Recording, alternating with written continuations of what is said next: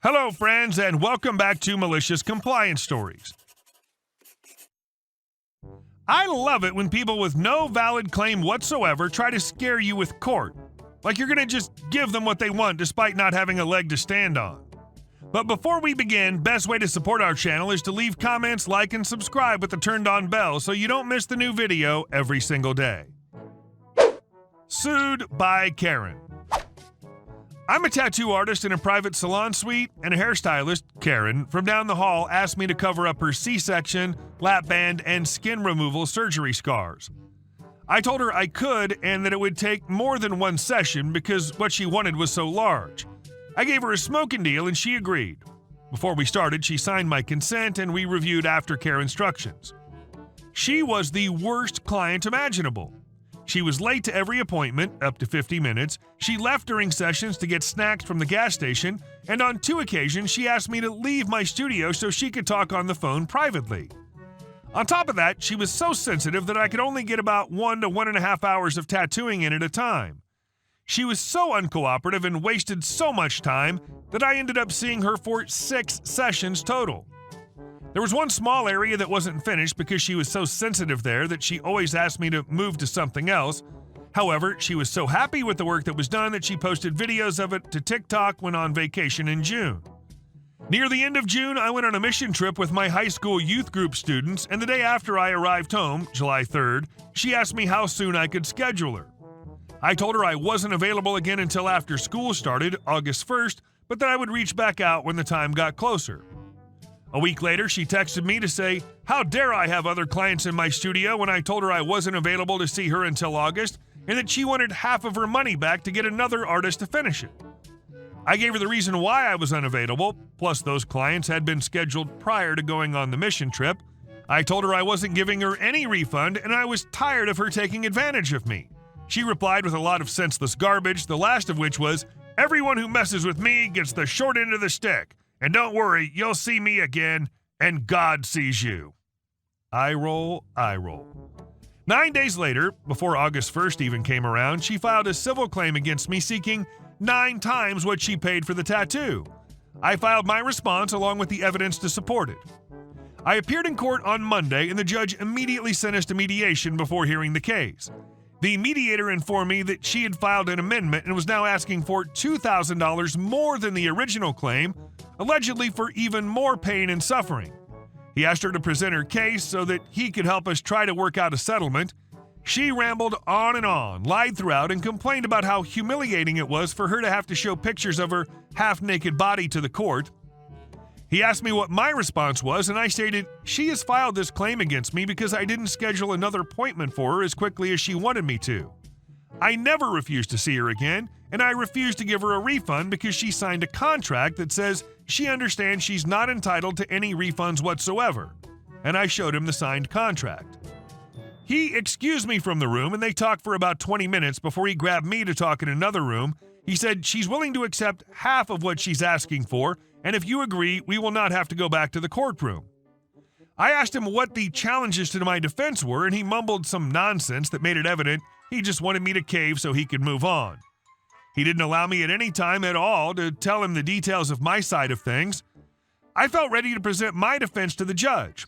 I told the mediator I wasn't settling for anything, and he instructed me to go back to the courtroom. I returned to the courtroom, and the judge asked me if we had worked everything out, and I said, no, sir.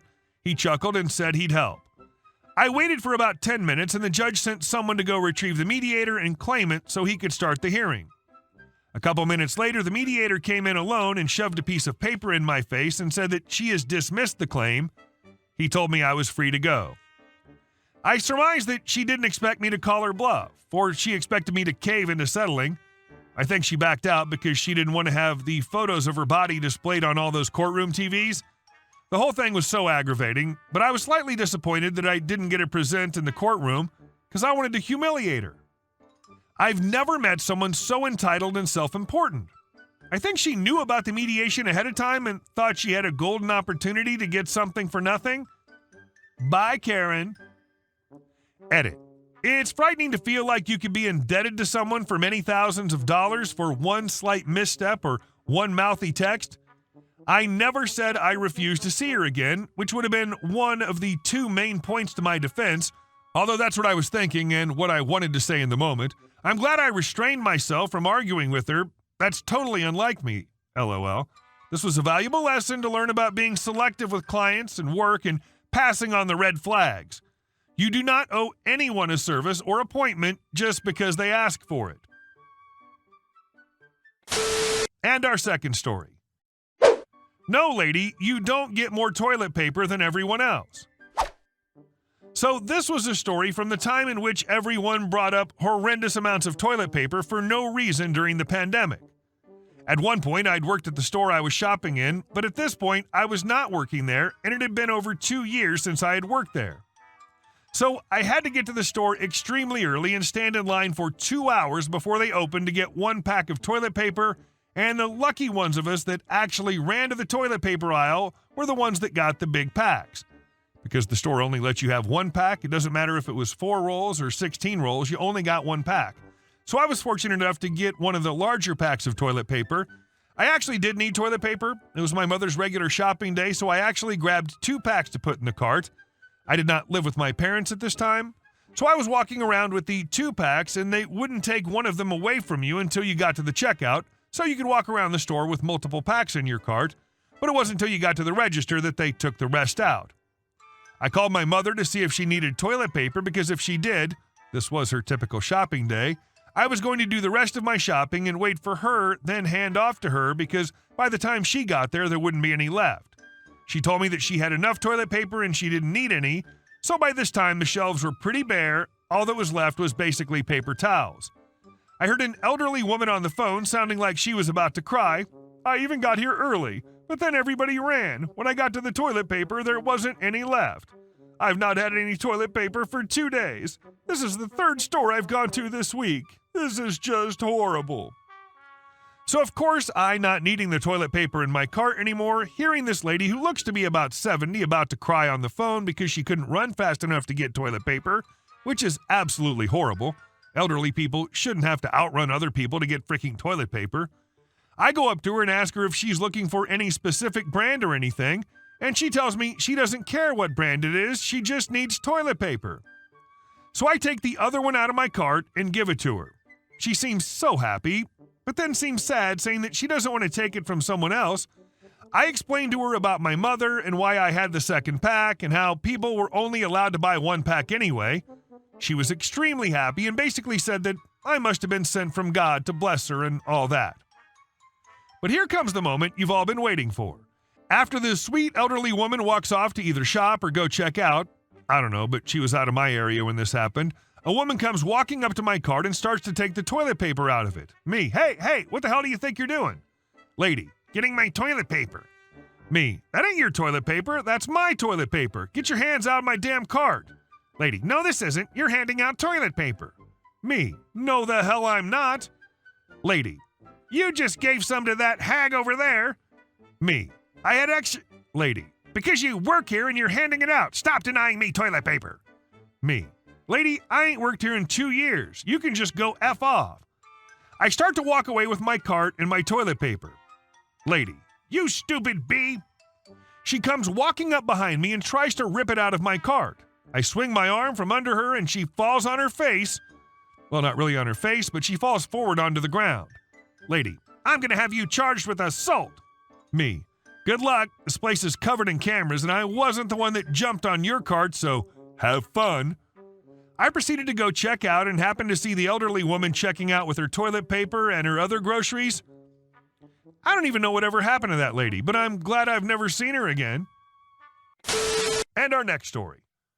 Blocked in a repo tow truck with my RV, preventing him from doing a repo. My next-door neighbor had recently gotten into some financial issues. He had tenants refuse to pay and trash his house. His mother has cancer, a few break-ins, and he lost his job.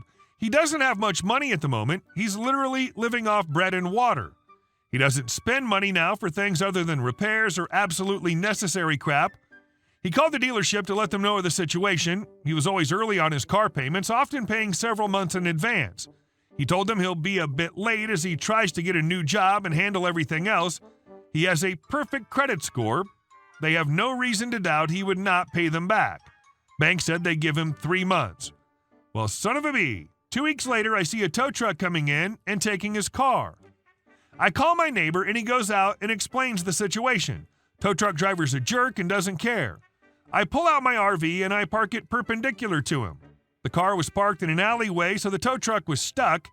He was pissed, and I told him I'd only move my RV if he agreed to unhook the car and drive off. After an hour standoff, he agrees.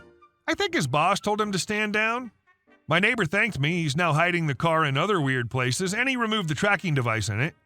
He called the dealership, who apologized and claimed it was a mistake. And our last story. Homeless, can't imagine staying in a living room, need hotel.